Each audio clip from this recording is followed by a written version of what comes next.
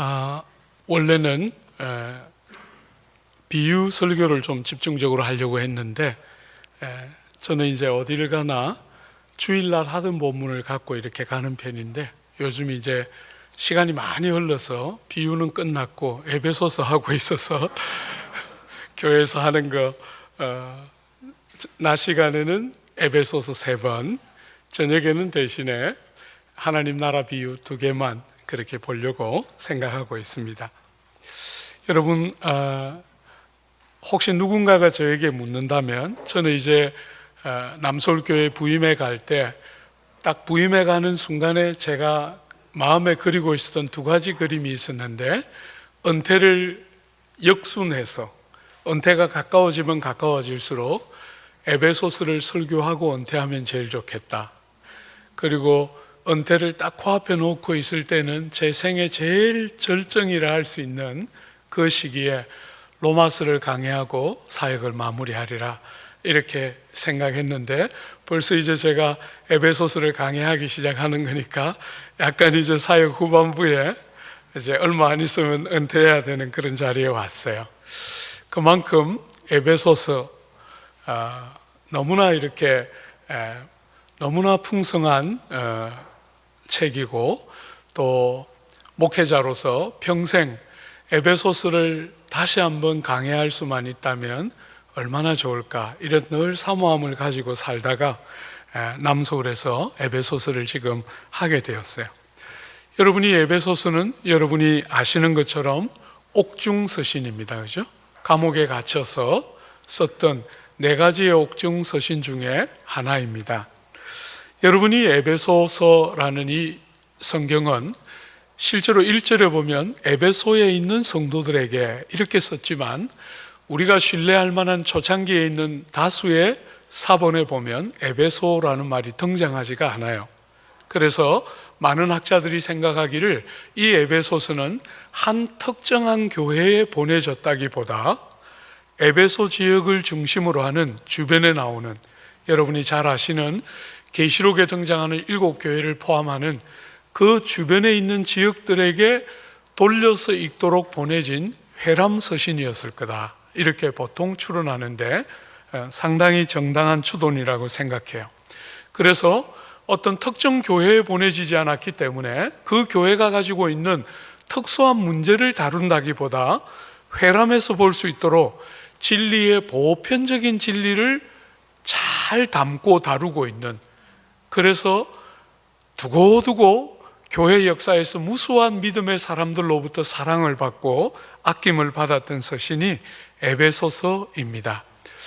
여러분, 어떤 학자들에 따라서 약간씩 다르긴 하지만 어떤 학자들은 말하기를 에베소서는 바울 신학의 총정리와 같다, 바울 신학의 꽃봉오리이고 정수와 같다, 이렇게 말할 만큼 무수한 사람들이 에베소서를 사랑했고, 저도 신학을 공부하는 여러분들에게 할 수만 있으면 여러분이 평생을 놓고 에베소서는 한 몇 번 정도는 다루어야 마땅한 책이 아닐까, 그렇게 권하고 싶은 책이 에베소서예요. 저는 개인적으로 로마서 지금까지 2년씩 4번 했어요.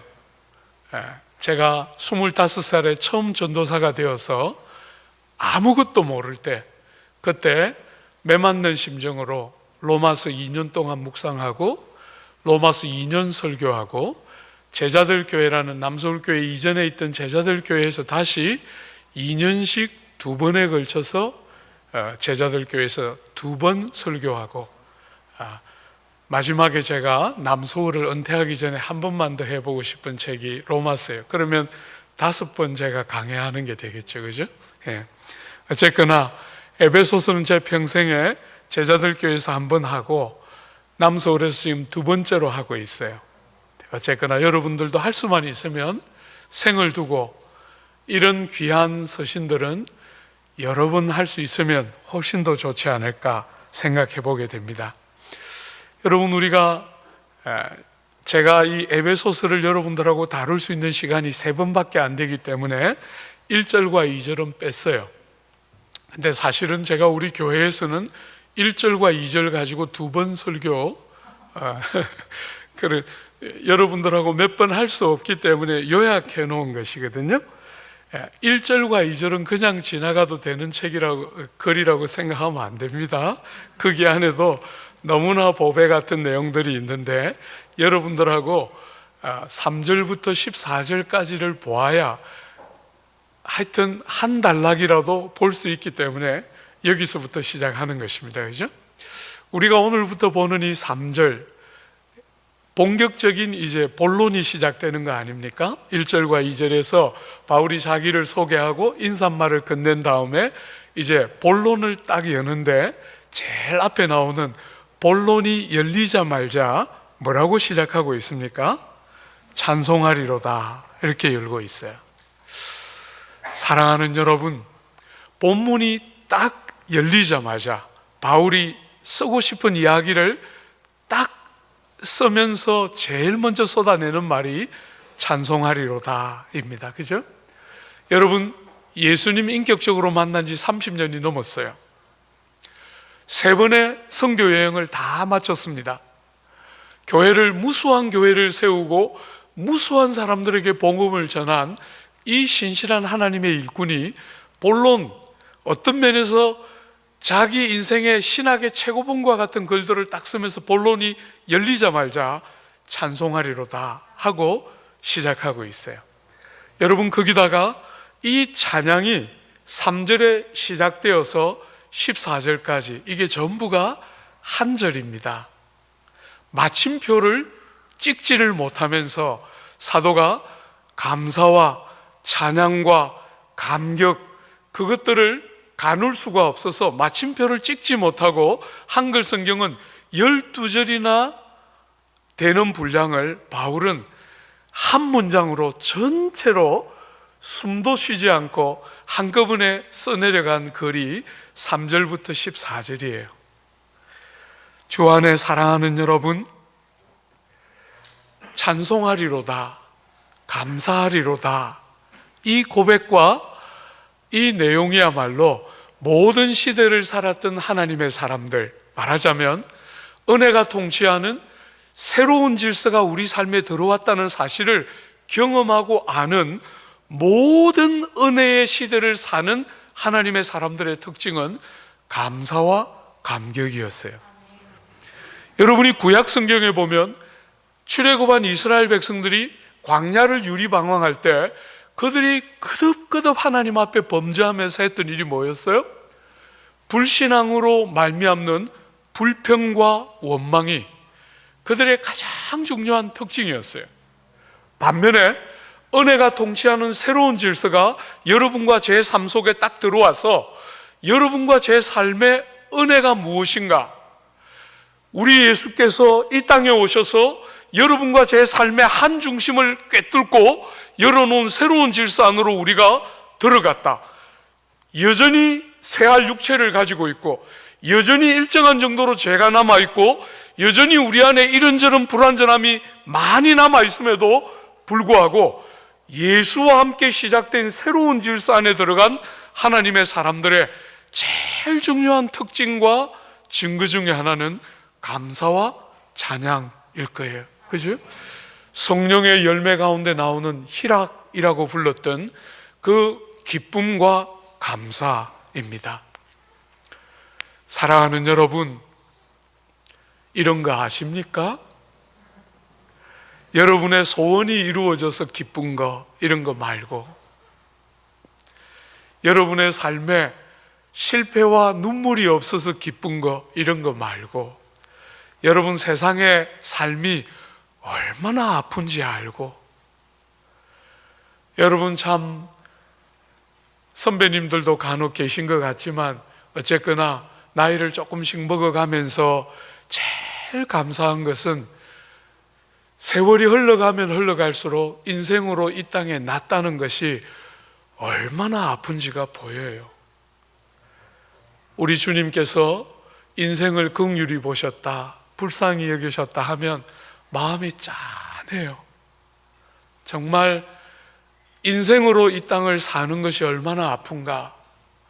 사람이 어머니의 모태로부터 죄를 가지고 이 땅에 와서 이 죄의 짐이 얼마나 무거운 건가 하는 것이 깨달아지면 깨달아질수록 여러분이 세상살이가 만만하지 않고 질고가 있고 슬픔이 있고 눈물이 있고 아픔이 있는데 그 모든 경험에도 불구하고 존재의 항중심을 관통하고 눈물이 눈에 묻어 있는 순간조차도 감사와 찬양이 나의 마땅한 바다 하는 것이 뭔지 아십니까? 목회를 하고 있는 저에게 한 번씩 성도들이 이야기해요. 우리 목사님은 참 사람 운을 타고났다는 거예요. 성도들이 그럽니다, 저보고. 자기들이 얼마나 몬스터인지는 생각도 안 하고 저보고 사람들 잘 만나서 인복이 많다는 거예요. 한 번씩 동료 사역자들이나 후배 사역자들이 저보고 물어봅니다. 목사님, 남서울교회 좋은 교회지요? 여러분 학교가 출발하는 교회이기 때문에 말이 조심스럽고 또 제가 이렇게 나와서 밖에서 이야기하면 안에 다 들려서 목사님 뭐라 그랬다면서요 이래서 또 상처받기 때문에 말이 조심스럽긴 합니다. 그렇지만 여러분, 좋은 교회가 있습니까? 사람들은 자꾸 좋은 교회가 있을 것처럼 생각하지만 저는 어느 순간에 그거 다 내려놨어요. 아직까지는 크게 애먹이는 사람은 없지만 딱 보면 환경만 조성되면 실력을 발휘하겠구나, 이런 분들은 여전히 많습니다. 사랑하는 여러분, 죄인들이에요. 아픔이 늘 일정한 정도로 있습니다. 여러분과 제가 부름받은 이 목회의 길은 세상이 말하는 행복한 길이 아니에요. 종이 되는 길이고 자기를 깨뜨리지 않으면 남을 깨뜨리기 때문에 자기가 깨뜨려져야 되는 길이고, 종대라고 불렀지 어뜸대라고 부른 길이 아니기 때문에 존경을 받고 인정을 받기보다 욕을 듣고 버림을 받아야 할 순간들이 많은 것이 여러분과 저의 부름받은 이 길이기 때문에 저는 좋은 교회를 기대하고 목회하지 않습니다. 그것은 때가 되면 그분이 평가하실 일이고 그런 교회가 있을 거라고 믿지 않아요.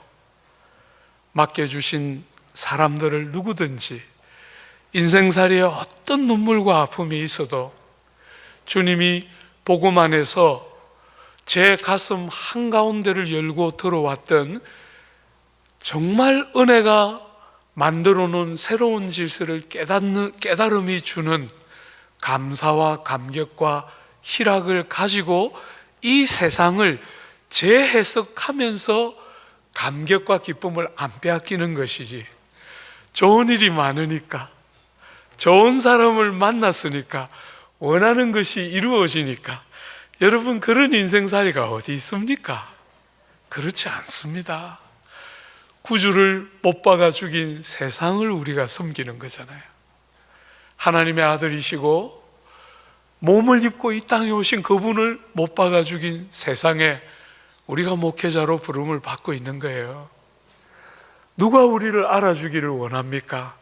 성경을 읽으면 모세를, 성경을 읽으면 우리 구주를 그렇게 핍박하고 대적했던 그 사람들을 포기하지 않고 사랑하도록 부름받고 있는 이 아픔 많은 세상에 주 안에 사랑하는 여러분, 이 정말 인생을 살 만큼 살고 온갖 고난과 질고를 겪을 만큼 겪었던 사도가 본문을 열면서 첫 마디가 찬송하리로다. 감격과 감사가 있는 것은 고생이 없었기 때문이 아니고 원하는 일들이 척척척척 되어졌기 때문이 아니고 새로운 질서가, 은혜가 통치하는 새로운 질서가 만들어내는 빚진 자의 심령이 뭔지를 알고 주님의 은택이 만들어내는 끝없는 인생살이의 질고와 아픔이 있음에도 불구하고 눈에 눈물이 묻어 있음에도 불구하고 빼앗길 수 없는 기쁨이 뭔지를 아는 하나님의 사람의 고백이고 증거이겠지요. 사랑하는 여러분, 여러분 속에 그런 것들이 있어야 우리의 목양 현장을 우리가 제대로 정말 죄인들을 섬기라고 보내주신 그 목양의 현장에 그 영혼들을 섬길 수 있겠지요. 목회자가 부름받은 지 85년에 부름받아서 지금 이제 벌써 35년 왔어요. 사랑하는 여러분, 제일 많이 달라진 게 뭘까? 처음에 부름받아서 그 새파란 나이대와 지금 뭐가 제일 달라졌을까? 한 가지 말할 수 있는 거 있을 것 같아요. 더 이상 사람을 가리지 않습니다. 옛날 초창기 때는 이렇게 보면 대충 들어왔어요. 저건 좀 별나게 생겼구나, 저건 좀 괜찮게 생겼구나. 약간 사람들이 좀 보였어요. 이제는 저의 그런 눈을 믿지 않고 더 이상 이제 사람들을 그런 눈으로 보지 않습니다. 누구든지, 그분이 붙여주시는 누구든지 가리지 않고 받아 마음을 쏟아 섬기고 사랑하는 것 외에는 저의 할 수 있는 일이 없다는 거 생생하게 경험하면서 이 길을 왔습니다. 주 안에 사랑하는 여러분, 여러분의 영혼 한중심을 관통하고 흐르는 감사와 노래 있습니까? 여러분의 환경이나 처지나 형편이 어떠하든지 간에 아무도 여러분을 알아주지 않는 생의 자리를 통과하고 있는 순간에도 여러분을 딱 붙들어서 하나님 앞에 세워서 빼앗길 수 없게 만드는 희락과 감격이 뭔지를 알고 있습니까? 저는 오늘 조국 교회가 약해지는 이유는 절대로 다른 데 있다고 생각지 않아요. 핵심적인 것을 잃어가고 있고, 너무나 많은 심지어 하나님의 일꾼들조차도 자꾸 사람들에게 휘둘리고 사람의 평가에 휘둘리고 하나님을 섬기라고 세웠는데 사람에게 너무 많이 휘둘리는 어리석고 미련한 세대가 되어서 하나님 앞에 딱 서서 그분 한 분에게 충성하기 위해서 사람들에게 욕 듣는 길을 너무나 두려워하는 시대가 되었기 때문에 핵심과 중추를 잃어가고 있다. 주 안에 사랑하는 여러분, 기쁨과 감사, 이것이 바울이 본문을 여는 첫 번째 내용이었죠. 여러분, 사도 바울은 왜 이렇게 감격하고 왜 이렇게 감사하고 있지요? 우리가 보는 3절부터 14절은 이렇게 말할 수 있어요. 삼위 하나님이 주신 구원의 풍성한 부요. 바울이 이렇게 감사하고 감격하는 이유는 우리에게 주어진 이 하나님의 구원이 삼위 하나님의 동력이었고, 그 삼위 하나님이 우리에게 허락하신 구원의 풍성과 부요가 삼위 하나님만큼 풍성하고 부요하기 때문에 감사하고 찬양하고 있는 것이지요. 사랑하는 여러분, 아버지 하나님은 뜻을 세우시고 계획을 세우셨어요. 아들 하나님은 그 아버지의 뜻을 알고 그 일이 성취되고 이루어지도록 실행하시고 이루셨어요. 그리고 성령 하나님은 여러분과 제가 그 이루어 놓으신 그 구원의 부요와 복락을 우리의 것이 되도록 적용시켜 주시고 우리 안으로 가져다 이루어 주신 분이 성령 하나님이시죠. 그죠? 그 삼위 하나님의 풍성한 구원의 부요를 바울은 감격해하고 찬양하고 있는 것이지요.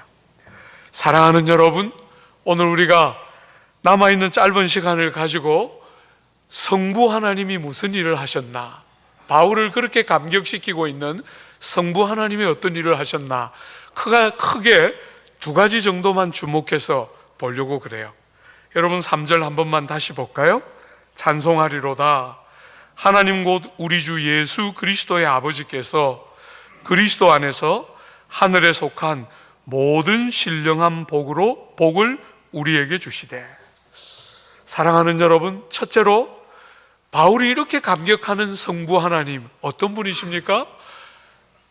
하나님은 우리를 향하여 복을 주시기를 기뻐하신다. 복을 주시기를 뜻하신다. 이렇게 말합니다. 그죠? 여러분, 죄는, 인생의 삶 한가운데로 쳐들어온 이 죄는 우리에게 굉장히 많은 왜곡을 가져왔는데, 그 중에 하나가 하나님에 대한 왜곡이에요. 하나님에 대한 왜곡. 하나님이 전능하시다. 하나님 존재 자체를 부정하는 사람도 있지만 하나님이 전능하시다 하는 것은 교회를 안 다니는 사람 중에서도 일정한 정도로 동의하는 분들이 있어요. 그렇지만 사랑하는 여러분, 그 하나님이 나를 사랑하신다.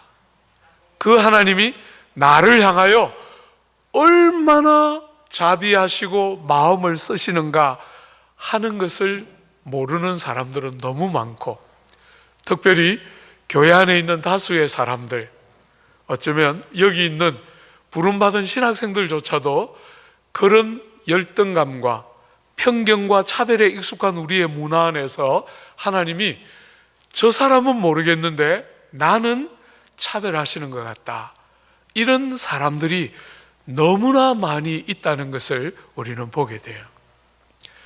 주 안에 사랑하는 여러분, 하나님은 복 주기를 기뻐하신다.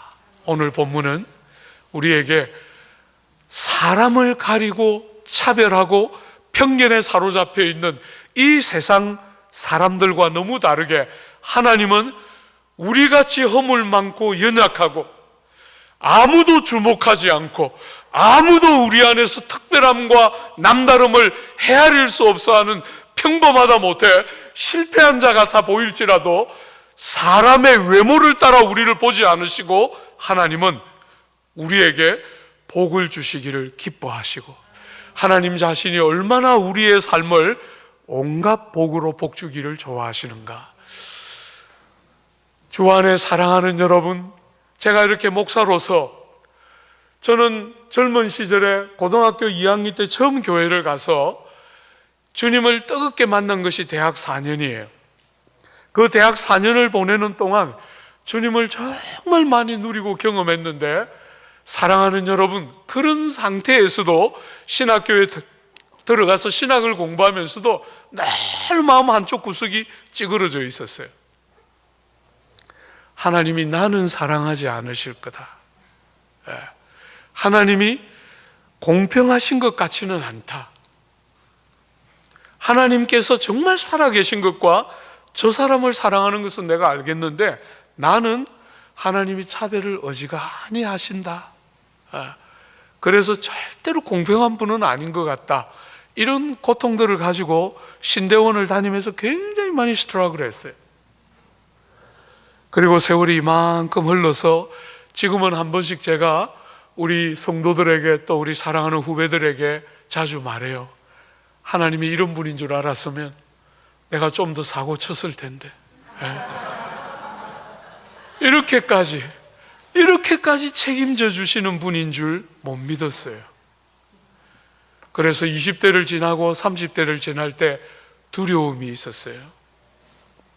내 앞길에 대한, 소위 말해서 성공하는 목회를 하고 있는 어떤 사람들과 제가 도무지 짝할 수 없다는 생각이 수도 없이 들었기 때문에 제 앞길에 대한 깊은 두려움이 있었어요. 정말 하나님의 기적 같은 은혜로 유학을 가게 됐는데, 유학을 떠나는 비행기 제 생에 처음 탔어요. 유학 떠날 때 비행기 처음 탔는데 아내랑 같이 비행기를 타고 가면서 내가 공부 마치고 올 수 있을까? 내가 석사학위 제대로 할 수 있을까? 아무 자신도 없더라고요. 그런데 세월이 흐르고 나니까 너무 억울해요. 이렇게까지 완전하게 책임져 주셨는데 더 사고치고 더 두려워하지 않고 더 과감하고 더 하나님을 신뢰하면서 남들이 뭐라 하든지 간에 하나님이 내 마음에 주신 그 부름을 딱 붙들고 사람들이 찾지 않는 곳, 사람들이 원하지 않는 길, 그 어떤 길이든지 간에 주님이 마음에 주신 길을 딱 붙들고 실패하지 않으시고 복을 주시면서 절대로 차별하지 않으시고 우리에게 복을 주시기를 기뻐하시는 그 하나님 딱 붙들고, 사람들이 좀 많이 안 가더라도, 좀 돌아가는 것 같아 보여도, 좀 험한 것 같아 보여도 주님이 나에게 주셨다고 믿으면 그 길 조금 더 과감하게, 조금 더 사고치면서 꼭 정답을 맞히는 것이 아니더라도 그 하나님의 형용할 수 없는 자비가 우리 위에 있었는데 왜 그걸 그렇게 못 누리고 바보같이 가슴 졸이고 자신 없어하고 위축되고 미련하게 살았을까 한 번씩 후회돼요. 그래서 제가 우리 청년들에게 제일 자주 하는 설교 중에 하나가 뭐냐면 사고치라 제발. 여러분, 제가 목회하는 그 반포 땅 여러분이 아시지만 우리가 농담으로 말해요. 반포스럽다. 그런 거 있습니다. 우리 동네 사람들 반포스럽습니다. 제가 우리 아이들에게 늘 말해요. 제발 찢어라. 너희들의 익숙해져 있는 털들을 찢고 너희들의 사유의 털들을 깨고 너희들 바깥에 계신 하나님을 붙들고 하나님의 신실하심을 붙들고 복 주시기를 기뻐하시는 줄 알고 절대로 우리를 외모를 따라 취하지 않는 하나님을 신뢰하고 하나님을 의지하는 것 때문에 세상이 생각하는 논리와 이론의 털들을 찢어내면서 학벌과 지방과 가문과 능력과 성공과 끝없는 신화들이 넘쳐나고 있는 이 세상에 하나님 딱 붙들고 헛된 신화들을 쭉 찢어내면서 절대로 주님이 원한다고 믿는 걸음 가야 한다. 제가 늘 끝없이 우리 청년들에게 도전해요. 그러니까요, 최근에도 우리가 교회를, 조그마한 교회, 청년들이 아주 중심이 되어 있는 겨우 한 20명 남짓 되는 조그마한 교회 하나 분립해서 독립을 시켰는데 대부분 청년들이 나갔어요. 나가면서 이렇게 앞에서 나눔하는데 목사님이 찢어라 그래서 찢고 나갑니다. 이 남서울 교회. 그런 것들은 대부분 안 보내고 싶은 것들이에요. 그런 건 안 되는데 꼭 나가고 쓰면 싶은 건 안 가고 꼭 그런 것들만 가요. 사랑하는 여러분, 여러분들에게 부탁합니다. 믿음으로 살고 절대로 세상이 말하는 이 길을 거쳐서 저 길을 가고 저 길을 가야 제대로 된다. 제발 그런 털 좀 깨요. 여러분과 제가 그렇게 못 살면 우리는 그런 성도 못 기르는 거잖아요. 그죠? 그저 이 사회가 원하는 기능 인력 정도밖에 못 기르는 거예요. 믿음으로 주님의 자취를 따르고 우리의 인생이 당장의 실패자의 삶 같은 길을 가지만 하나님이 틀림없이 복 주시는 분이신 줄 알고 우리 인생이 당장에 좀 돌아가는 것 같아도 얼마나 많은 성도들이 눈물을 가지고 세상을 사는지 모르겠어요. 제가 그 성도들에게 늘 말해요. 내가 다른 건 모르지만 하나님은 절대로 실패하지 않으시고 네가 보는 이 아픔들이 아픔으로 끝나는 법은 절대로 없는 거 내가 틀림없이 말해줄 수 있다. 사랑하는 여러분, 하나님은 복 주기를 기뻐하신다. 그죠? 이게 첫 번째입니다. 그죠? 두 번째로 어떤 복을 주시고 싶어 합니까? 여러분, 오늘 조국교회의 참 큰 아픔 중에 하나는 이 복에 대한 왜곡을 교회가 해석해내지 못했다는 거예요. 우리가 구약 성경을 보면 구약 성경의 복들은 굉장히 많은 순간에 물질적이고 현세적이고 이 세상의 제한적인 모습의 여러 가지들을 복으로 담아냈어요. 그래서 구약 성경을 보면 많은 자녀가 복이었고 장수가 복이었고 또 많은 양과 소가 복이었어요. 그러나 신약에 오면 더 이상 복을 이제 그렇게 표현할 필요가 없어졌어요. 성령님이 오셨고 그분이 오셔서 지혜를 여시고 총명을 우리에게 주시면서 복을 분별할 수 있기 때문에 신약은 더 이상 복을 그런 형태로 표현하지 않아요. 그런데도 우리는 구약 성경이 그것을 복이라고 말한다는 것 때문에 복을 너무나 현세적이고 물질적으로 해서 너무나 오랫동안 조국 교회는 성도들에게 복을 건전하게 재해석해내는 능력들을 가져다 주지를 못했어요. 여러분, 저도 굉장히 오랫동안 스트러글 했던 주제이지만 이제는 정말 자유롭게 말할 수 있을 것 같아요. 나이가 이 정도 되니까요, 이제 별로 겁나는 게 없어졌어요. 말은 많이 소프트해졌지만 내용은 더 과격해지게 돼요. 별로 그렇게 겁날 게 없어졌어요. 왜냐하면 이렇게 살면서 보니까 세상에서 좋다는 게 그렇게 좋은 거 아니더라고요.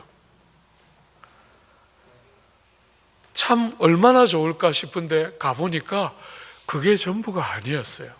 여러분, 제가 영국에 유학을 갔다가 뜻밖의 옥스포드라는 곳에서 목회를 하게 됐어요. 외국에서 목회는 한 번도 생각해 본 적이 없는데 너무나 뜻밖의, 제가 어플라이 하지도 않았는데 그쪽에서 저를 알고 청빙을 해서 옥스포드에 있는 한인교회에서 목회를 하게 됐는데, 여러분들이 다 추론 가능할 만큼 정말 공부를 잘하는 사람들이 왔어요. 교우 중에 교민은 딱 한 가정이 있었고 나머지 다 학생들이었어요. 100명 채 될까 말까 하는 자그마한 공동체였는데, 사랑하는 여러분, 정말 공부도 잘하고 거기에 대통령 비서실장도 와 있었고 사회적인 신분이나 지위나 능력들이 출중하고, 또 자매들, 아내들 이렇게 데리고 주로 왔는데 자매들이 약간 탤런트 같이 그래 생겼더라고요. 세상은 참 불공평해요, 그죠? 공부도 잘하고 돈도 많고 자매도 예뻐요. 예. 좀 이렇게 자연스러운 자매들 많았으면 좋겠는데 목회 설교할 때 참 힘들었어요. 사랑하는 여러분, 근데 제가 그때 30대 중반의 젊은 나이였는데 그분들 섬기면서 참 많이 깨달았어요. 제 목회하는 동안 그렇게 많이 운 건 처음이에요. 다 가졌잖아요, 그죠? 학벌에, 사회적인 지위에, 공부의 재능에, 거기다가 돈까지도 많더라고요. 그런 사람들을 섬겼는데 많이 울었어요. 사랑하는 여러분, 그런 복이 얼마나 제한적이고 한계가 많은지 눈으로 봤어요. 생생하게. 그저 그들이 가지고 있는 조건 하나만 가지고 있으면 대한민국에서는 성공한 사람이라고 치부하기에 충분한 사람들이었는데, 사랑하는 여러분, 제가 그리던 그림이 아니었어요. 아픔이 있고 그 가정들마다 눈물이 있고, 그런 것들을 가지고도 채워지지 않는 빈 가슴들을 가지고 울고 좌절하는 그들을 저는 목회하면서, 복이라는 것이, 주님이 우리에게 주고 싶어 하는 것이 세상에서 잘 되고 돈이 많고 사람들에게 인정받고 박수받고 칭찬받는 그런 것으로 채워지지 않는다는 것이 보였어요. 조국 교회는 그런 일에, 눈을 여는 일에 실패했기 때문에 이렇게 아픈 거잖아요. 예수 믿는 사람들이 부동산 투기를 지체하지 않고 하고 있어요. 오랫동안 설교해 왔거든요. 부동산 투기하면 안 된다고 그렇게 가르쳤는데도 부동산 투기 끝없이 성도들이 하고 있어요. 이제는 트렌드가 또 바뀌어서 전부 주식 투자하고 있어요. 여러분, 제가 우리 교회 가서 주식 투자하는 거 되게 혼냈더니 나이 많은 형님이 하루는 찾아오셨어요. 예.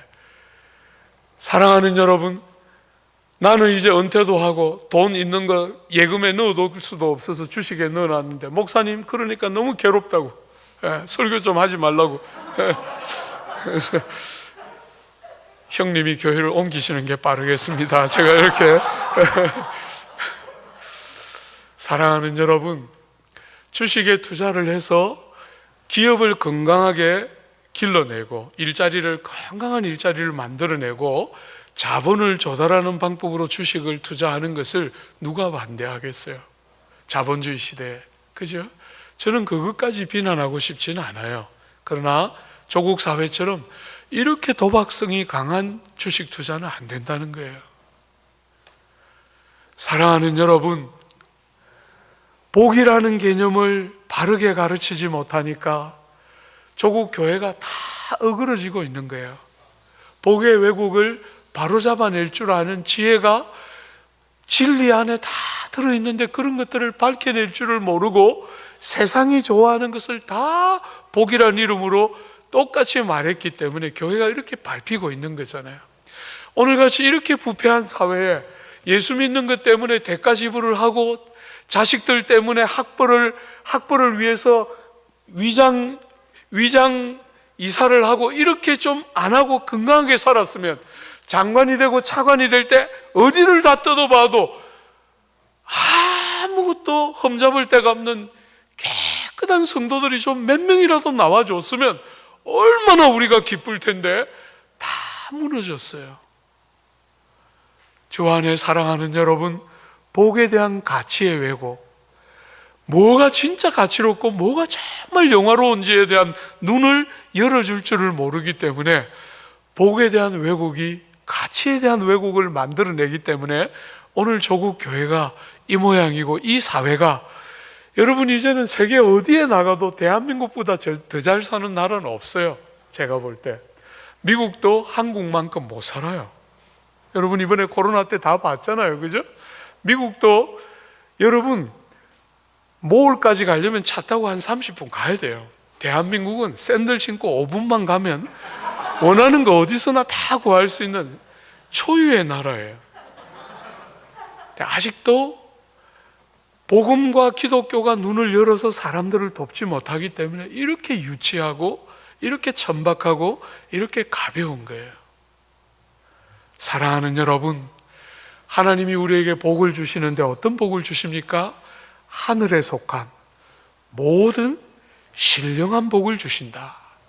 여러분이 하늘에 속했다는 말은 구체성이 없다, 사실성이 없다, 현실성이 없다, 이런 말이 아닙니다. 세상이 말하는 구체성이 있고 사실성이 있어 보이는 그런 것은 잠깐밖에 안 사용돼요. 잠깐입니다. 이젠 저도 이제 말할 수 있어요. 선배님들도 몇 분 계시긴 해도 이제 저도 말할 수 있어요. 인생 잠시입니다, 여러분. 예. 코로나가 와서 이렇게 막 온 세상이 막 두려웠었을 때 제가 선명하게 보이더라고요. 난 지금 가도 하나도 잃을 게 없어요. 살 만큼 살았고, 어쨌거나 장가도 가서 아내도 데리고 살았고, 이제 뭐 가도 이제는 억울할 게 하나도 없어요. 아직도 해야 될 일이 남았으니까 주님 나 좀 이따 드려, 그런 마음 하나도 없고 그냥 걸리면 그냥 가는 거지. 너무 감사하고, 그죠? 사랑하는 여러분, 땅에 있는 것은 정말 잠시예요. 그리고요, 여러분을 기쁘게 할 수 있는 것들이 있어 보여도요, 티끌 같은 것이에요. 영원한 것이고 진짜가 아닙니다. 우리 예수님 말씀하셨잖아요. 얘들아, 너희의 보물을 땅에 두지 말고 하늘에 두라. 거기에는 좀도 동록도 먹지 못하고 도둑이 도둑질 할 수 없다. 하늘에 속한 복이라는 것이 그 말이죠. 아무도 훔쳐갈 수 없고 누구도 빼앗아갈 수 없고 누구도 좀이 먹고 동록이 먹게 할 수 있는 그런 복을 주신 게 아니라 아무도 손댈 수 없는 진짜 영원하고 참되고 이 땅에서부터 저 땅에 이르기까지 참된 복으로 우리를 축복하시는, 사랑하는 여러분, 이 땅에 있는 것은 대부분의 경우에 이 땅에서만 쓰고 잠시 사용하고 지나가는 거예요. 나이가 28이 돼서 군대를 갔는데 군대를 가보니까 참 놀라운 세계더라고요. 독자라서 군대를 안 갈 줄 알고 그때까지 버티다가 갔는데 군대를 갔는데, 사랑하는 여러분, 갔더니 군복이 나올 때마다 고참들이 얼마나, 누가 군복을 이걸 가지고 저걸 가지고, 군화를 누가 이걸 가지고 저걸 가질 건가 가지고 얼마나 군기를 잡으면서 그렇게 군화를 나누고 군복을 나누더라고요. 제대하면 누가 신고 다닙니까, 이 더운 날에? 그죠? 그 2년도 안 되는 짧은 세월 그냥 얼마나 그거 가지고 막 싸우고 때리고 제가 28이고 자대 떨어질 때 29이었는데 고참이, 저보다 7살 밑에 고참이 뺨을 때리면서 말했어요. 한 번 고참은 영원한 고참이. 예. 밖에서 진짜 기적같이 놀랍게 예약 없이 만났는데 저보고 아무 말도 못 하더라고요. 영원한 고참은 어디 가셨는지. 왜 그래 바보같이 2년 짧은 세월을 그렇게 어리석은 짓만 하다가 아무짝에도 쓸모없이 그저 밖에 나와서 얼마나 행복하게 만날 수 있었을 텐데 그렇게 미련한 짓을 하고 있었던 거예요. 쓸모없는데 2년 지나면 아무도 다시 찾지 않는데 그런 것을 그렇게 에너지를 쏟아서 싸우고 막 이렇게 하다가 나왔어요. 정말 보이더라고요. 야, 세상살이가 결국 이런 것이구나. 주 안에 사랑하는 여러분, 하늘에 속한 복을 주셨다. 땅에서 잠시만 소통되고 잠시만 제한적으로 활용되는 복을 주시는 게 아니라 여기서부터 시작해서 그 나라에 이르기까지 새하지 않고 참된 복을 주셨다. 복을 주시되 하나 둘을 주신 게 아니라 모든 복을 주셨다. 여러분이 생각할 수 있는 모든 복, 여러분이 필요로 하는 모든 복을 이 땅을 사는 동안 예수 때문에 자격 없는 여러분과 저 같은 허물투성이, 연약함투성인 우리들에게 모든 복을 하나도 아까워하지 않으시고 그 귀하신 예수님의 보혈 근거에서 자격 없는 우리들에게 그 복들을 다 주셨다. 아무것도 아끼지 않고 다 주셨다. 신령한 복이어서 사람들의 눈에는 잘 안 보일지 모르지만 성령의 도움 안에서 깨달을 수 있고 경험할 수 있고 참여할 수 있는 너무나 귀한 복을 하나님 우리 아버지가 주시기로 계획하셨다. 사랑하는 여러분, 이것을 아들 하나님이 이루고 성취하셨으니까 사랑하는 여러분, 이 복이 여러분과 저에게 마땅한 것이고 그 귀한 주님의 보혈이 흘러서 여러분과 제가 천국에 들어가는 티켓만 사고 만 게 아니라 여러분과 저의 삶 전부가 주님의 복의 은총 아래로 들어왔다. 이것이 성부 하나님의 우리를 향한 복 주심의 첫 번째 내용이지요. 여러분 가운데 혹시나 인생살이가 너무나 고달파서 여러분의 삶에 찢어지고 상함이 너무 많아서 가정에 여러분 개인의 경험 안에 너무나 다양한 경험들 때문에 나는 하나님이 차별하신다 이렇게 생각하시는 분들이 계십니까? 그렇지 않습니다. 여러분 그럴 때 절대로 낙심하지 말고 몇 걸음만 한번 더 가보십시오. 몇 걸음만 믿음으로 그분의 때를 신뢰하면서, 그죠? 이사야서 8장에 보면 이사야가 나는 기다리고 바라보리라 이렇게 한 주님의 그 때가, 주님의 약속이 성취되기를 기다리고 바라보리라. 정말 그 본문 읽는데 너무 가슴이 뜨거워졌어요. 사랑하는 여러분, 여러분들이 여러분의 경험 안에 절대로 붙들리지 말고 하나님을 신뢰하면서 기다리고 바라고 복이 틀림없이 여러분에게 주님의 때에 오실 줄 신뢰하면서 차별하지 않으시고 편견에 붙들려 있지 않으신 하나님이 여러분의 생을 그렇게 복되게, 다른 사람들이 보기에 유명한 목회자가 혹 아닐지라도 목회를 꼭 잘하고 설교를 출중하게 못할지라도 충성스럽게 하나님 앞에 믿음으로 범사의 그분을 인정하고 그분을 기대하고 기다리는 그런 자들을 틀림없이 복 주실 줄 신뢰하면서 믿음의 길을 가야 하겠지요. 두 번째로 사랑하는 여러분, 여러분과 제 가운데서 어떤 분들은 목사님 너무나 좋지만 나는 지난 한 주간을 살면서도 넘어지고 실패하고 저의 무수한 한계를 보고 좌절하고 고통했습니다. 그런 제가 이 복이 아무리 많고 이 복이 아무리 참된 것이라 하더라도 그런 제가 이 복과 무슨 관계가 있습니까? 여러분 이렇게 질문하고 싶을 때마다 늘 여러분들이 봐야 합니다. 성경은 여러분이든 저든 나를 보고 여러분 자신을 보면 그곳에는 아무 소망도 없습니다. 제가 우리 남서울교회 성도들에게 늘 못에 귀에 못이 박이도록 하는 말이 있습니다. 여러분들은 국가대표급 죄인들입니다. 죄에 가난한 한 나라를 대표하고도 남을 만큼 나쁘고 부패하고 타락한 사람들이니까 손톱만큼이라도 여러분 안에 무슨 가능성이 있을 거라든지 여러분이 뭔가 남다름이 있을 거라든지 절대로 여러분들을 그런 눈으로 봐서는 안 됩니다. 여러분들은 보나마나 어느 쪽을 뜯어봐도 보나마나 악한 자요 죄인에 불과하다는 것을 한시도 잊으면 안 됩니다. 여러분이 생각하는 것보다 여러분은 더 나쁜 사람들입니다. 제가 늘 말해요. 주 안에 사랑하는 여러분, 여러분을 보면 아무 소망이 없지만 아버지의 뜻하신 바가 뭔지를 보면, 그지요? 나를 볼 때 믿을 끈덕지가 아무것도 없지만 하나님을 바라볼 때 우리의 산 소망이 그곳에 있지요.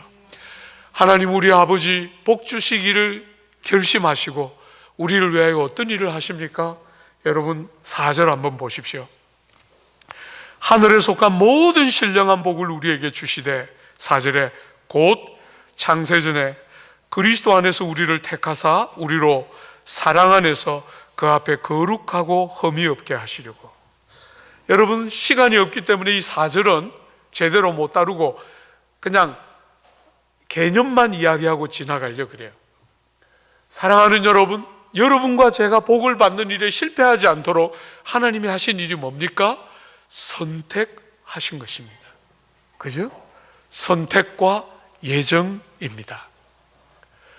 사랑하는 여러분, 신학적으로 철학적으로 많은 불신자들이 심지어 여러분의 섬기는 무수한 교회 학교에 있는 아이들이 넘어지고 실패하고 해석하지 못하는 대표적인 본문이 예정과 선택이지만 여러분 눈여겨보아야 하는 것은 이 흐름을 한번 잘 보십시오. 이 복이 실패함이 없이 여러분들에게 주어지도록 하나님이 하신 결심이 뭐냐면 선택과 예정이에요. 여러분에게 맡겨놓으면, 우리의 반응에 맡겨놓으면 될 일이 없으니까 하나님이 결심하시고 만세전에, 여러분이 어떤 존재가 되기 전에, 여러분이 뭔가를 기여할 수 있기 전에, 만세전에 여러분의 어떤 것 아무 것에도 근거하지 않으시고 이 복이 틀림없이 여러분과 저에게 실패함이 없이 미치게 되도록 선택하시고 예정하시는 거죠. 그죠? 그러므로 사랑하는 여러분, 우리가 이것을 철학적으로 충분히 납득할 만큼 설득시킬 수는 없을지라도 문맥을 잘 보면 노래하고 감사하는 흐름 가운데서 나오는 고백이지, 철학자들이 서로 철학적인 사유를 하면서 나오는 흐름이 아닌 줄을 잘 보십시오. 성도가 되어서 30년이 넘는 세월을 주님께 충성스럽게 살고 자기 생을 돌아보면서 감사하고 감격하는 사람이 쏟아내는 고백이 선택이고 예정이지, 이게 출발이 어디에 있는지, 저 사람이 선택받았는지 저 사람이 예정받았는지 이런 것들을 묻는 제목이 아니라는 거예요. 성도가 과거를 돌아보면서 하고 있는 감격과 찬양의 제목이 예정과 선택임을 잘 알고 문맥과 흐름에 따라 사용해야 하는 것이죠. 그죠? 다룰 게 좀 더 많지만 이건 지나가야만 5절 우리가 맞춰야. 사랑하는 여러분, 주님이 우리에게 주시는 두 번째는 무엇입니까? 복을 주시기를 원하는 게 첫 번째라면, 두 번째 5절 한번 보십시오. 그 기쁘신 뜻대로 우리를 예정하사 예수 그리스도로 말미암아 자기의 아들들이 되게 하셨으니. 사랑하는 여러분, 어떤 면에서 주님은 우리에게 복만 주신 것이 아닙니다. 그죠? 복을 주시는 것도 어마어마하지만 복만 주신 것이 아니에요. 주님은 우리를 당신의 가정 안으로 입양하셨어요. 우리를 가족으로 받아들이셨다는 거예요. 사랑하는 여러분, 그저 복을 많이 받은 사람으로서 복된 인생이 되도록 하셨다, 그 정도가 아니라는 거예요. 성경이 우리에게 보여주는 구원은 하나님의 가정 안으로 들어가는 종기가 우리에게 있다는 거예요. 사랑하는 여러분, 제가 이 조국 교회를 바라보고 조국 땅을 바라볼 때 제일 아픈 것은 교회가 이렇게 많은데 왜 사람을 보는 눈이 이렇게 안 바뀔까? 사람을 존귀하게 여기고 사람 하나를 천하보다 귀하게 여기셨던 그 예수님의 눈으로 사람을 보는 눈이 왜 이렇게 안 바뀔까? 학벌을 가지고 사람을 보는 거, 능력을 가지고 사람을 보는 거, 가문을 가지고 사람을 보는 거, 외모를 가지고 사람을 보는 이 눈이 왜 이렇게 안 바뀔까? 하나님이 우리를 얼마나 존귀하게 사랑하시는지 알기 때문에 그 존귀한 마음과 눈을 가지고 누군가를 똑같이 존귀하게 대하는, 왜 이런 일이 이렇게 일어나지 않을까? 조국 교회 안에는 왜 아직도 이렇게 권위주의적이고, 왜 이렇게 아직도 사람을 정말 바르게 존귀하게 여기는, 배움이 좀 모자랄지라도, 장애를 가지고 태어났을지라도, 능력이 좀 모자랄지라도, 가문이 좀 모자랄지라도, 사람이 형상을 따라 지음받은 사람이기 때문에 그 자체로, 아들 예수님의 보혈이 묻어있기 때문에 그 자체로 사람이 보배처럼 여겨져도 모자랄 텐데, 복음을 아는 지식이 너무 모자라고 일천하다 보니까 사람을 보는 눈이 열리지가 않는 거예요. 그래서 전부 자기를 평가하는 기준이 세상과 똑같이 능력을 가지고, 가문을 가지고, 재능을 가지고, 업적을 가지고, 성취를 가지고 자기를 평가하니까 목회가 너무 인본주의적이,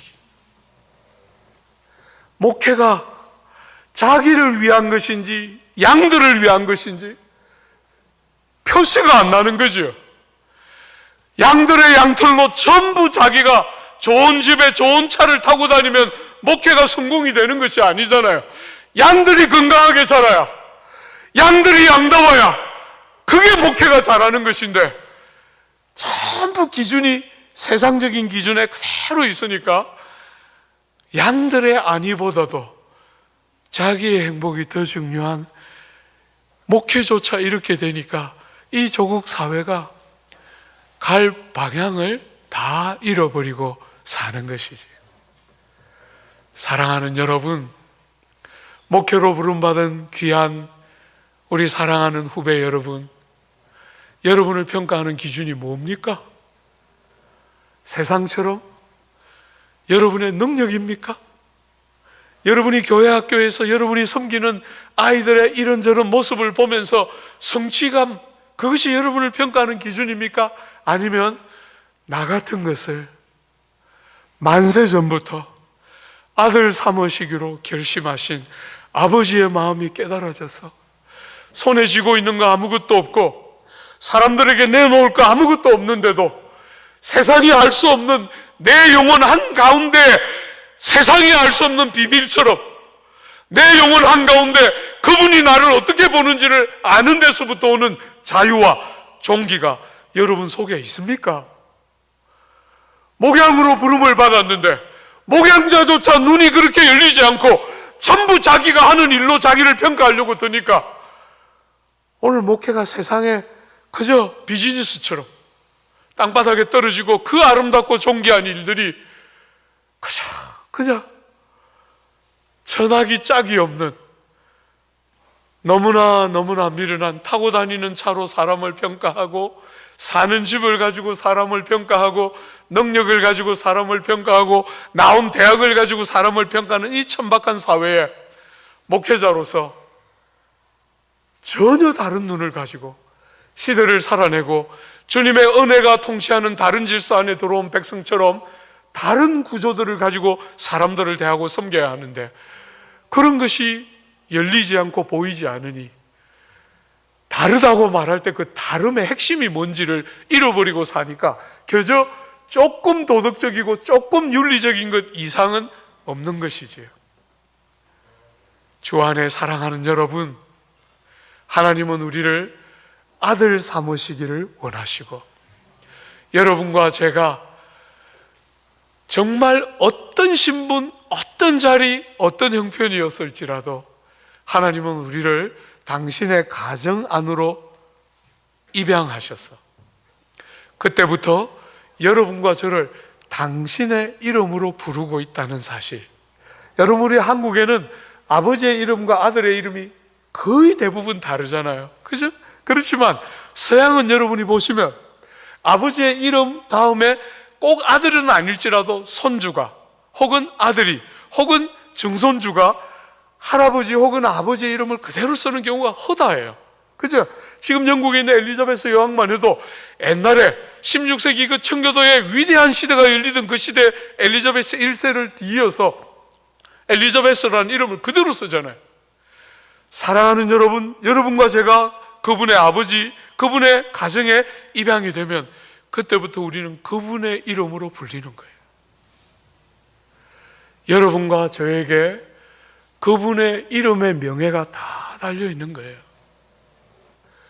우리는 업적을 가지고 우리를 평가하는 사람들이 아니에요. 그것은 그분이 나중에 우리를 보시고 잘했다 이렇게 말해 주시면 한없는 영광이지만 그 전에 이 부패한 우리의 기준으로 절대로 우리를 평가하려고 들지 않고 주님의 완전한 평가가 올 때까지 그건 내가 할 몫이 아니고 나는 충성하고 부른 자리가 어딘지를 깨닫고 그 자리에 신실하게 서 있을 뿐이지 나를 평가하는 기준은 그런 것이 될 수가 없는 것이지요.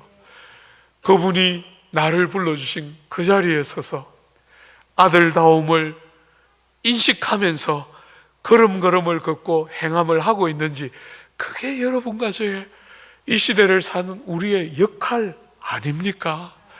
대걸같이 교회를 지어야만 그게 여러분들이 목회를 잘하는 겁니까?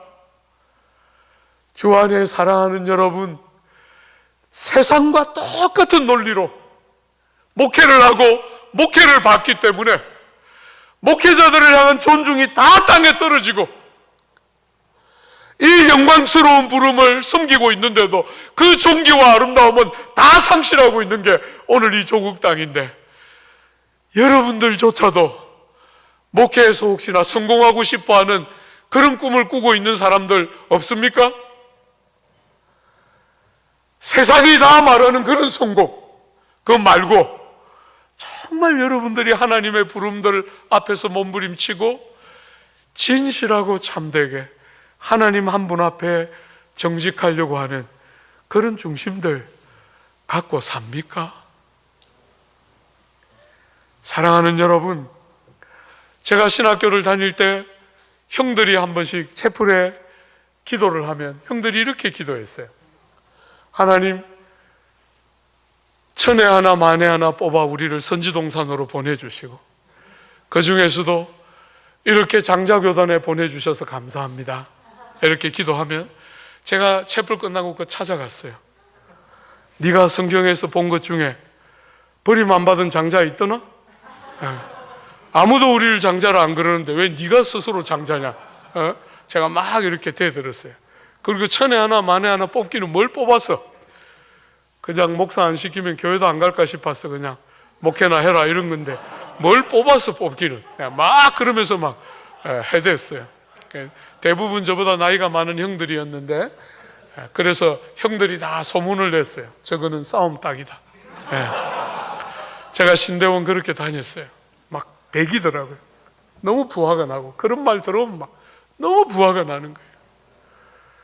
신학교 이제 출발선에 서 있는 사람들이 그냥 그 정말 검증되지 않은 신학을 가지고 아무렇게나 세상적인 논리를 가지고 하는 그런 논리를 그대로 쓰면서 쓸데없는 자부심, 은혜 외에 아무것도 중요하지 않은데 쓸데없는 자부심들이나 키우려고 하는 그런 자랑거리나 붙들고 세상 살아가는 불신자들과 거의 방불한 미련한 신학생들이나 길러내는 그런 것 보면 속에서 막 견딜 수 없는 분노가 마음에 생겨났어요.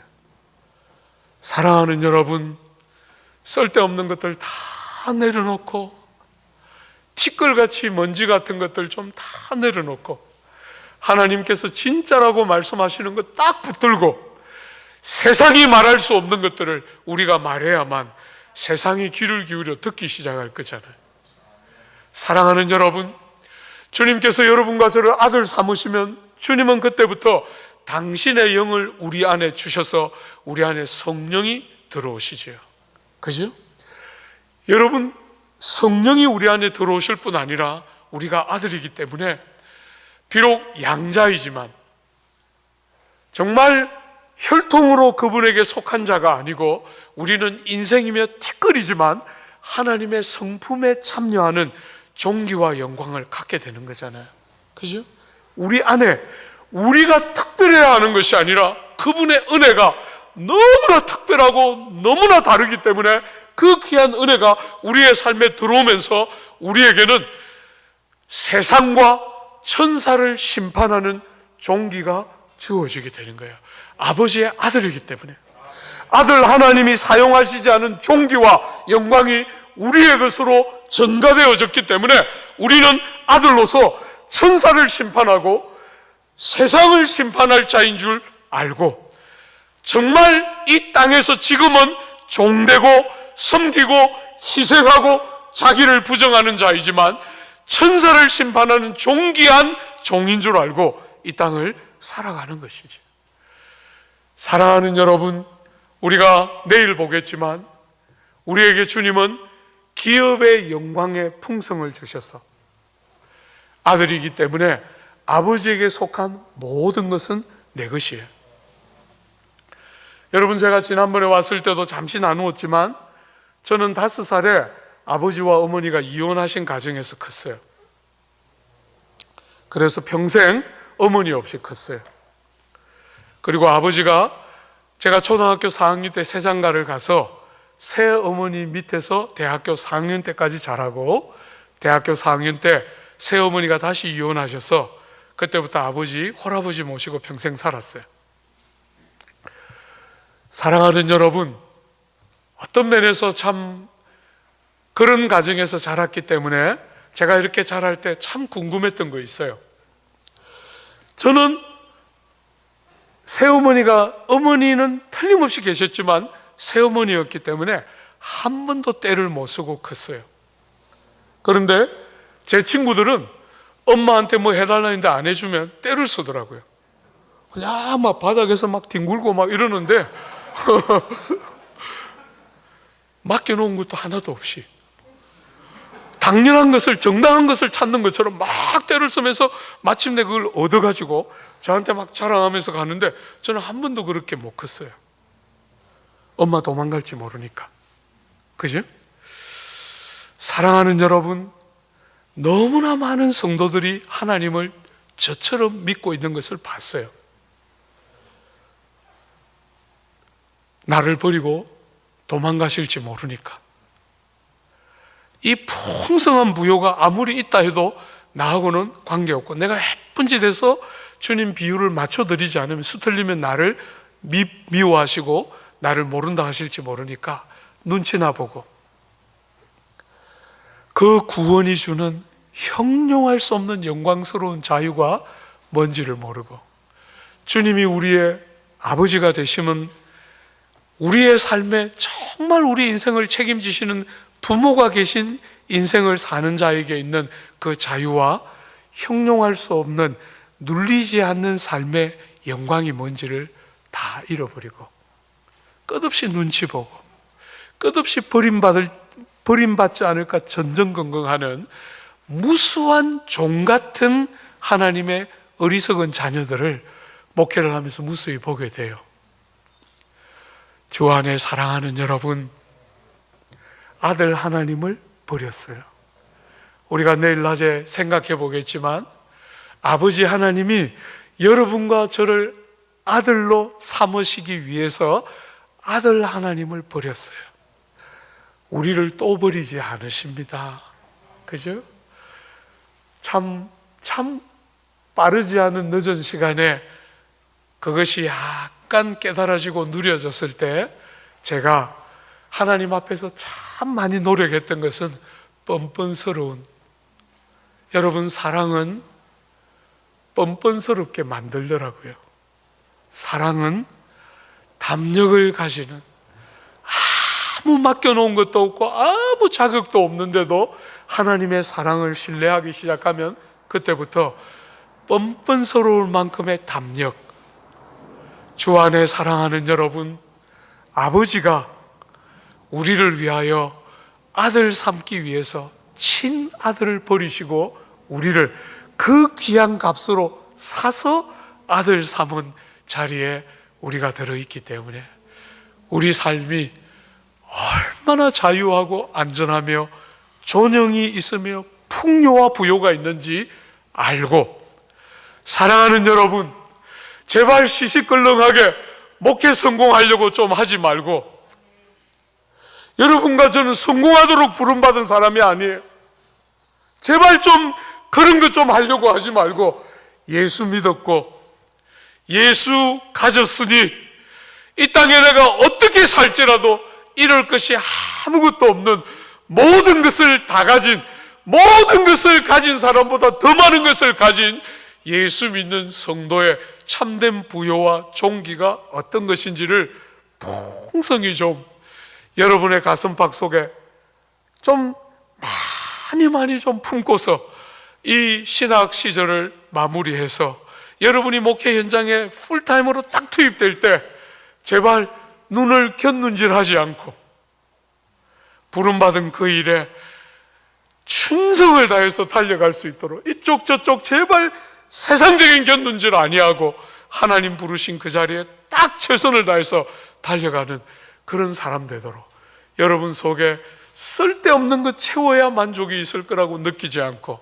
이미 충분한 우리의 생을 일까지 시켜주시니 형용할 수 없는 기쁨을 가지고 맡긴 일터들을 충성스럽게 섬기는 조국 교회의 진정한 부흥, 여러분의 가슴 중심에서부터 일어나는 복된 은혜 여러분 모두에게 있게 되기를 바라고 축복합니다. 우리 같이 한번 기도할까요? 우리 말씀 생각하면서 같이 한번 좀 기도할까요? 여러분의 입술에 노래가 있습니까? 감사가 있습니까? 세월이 흘러갈수록 감사 외에는 드릴 수 있는 게 아무것도 없다. 그 감사에 여러분의 기쁨과 감사를 여는 핵심은 진리에 대한 깨달음,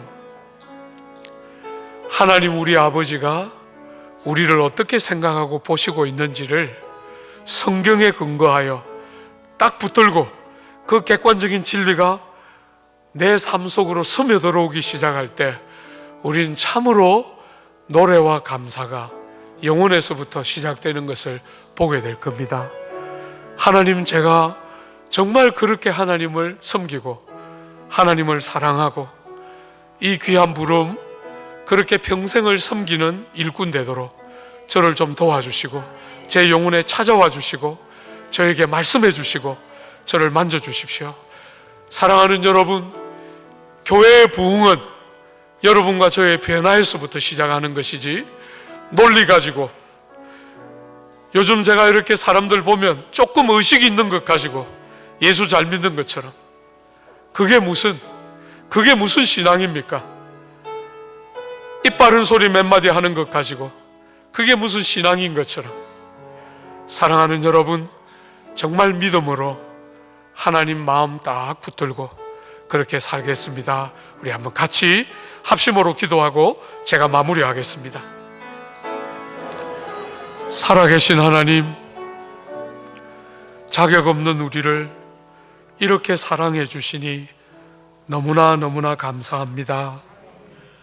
주님, 우리가 이 귀한 진리가 우리의 머리를 스치고 지나가지 않고 우리의 입에 붙은 논리에 그치지 않고 우리의 가슴 깊은 곳에 평생을 두고 울림을 만들어내는 참된 진리가 되도록 성령님, 우리를 좀 도와주십시오.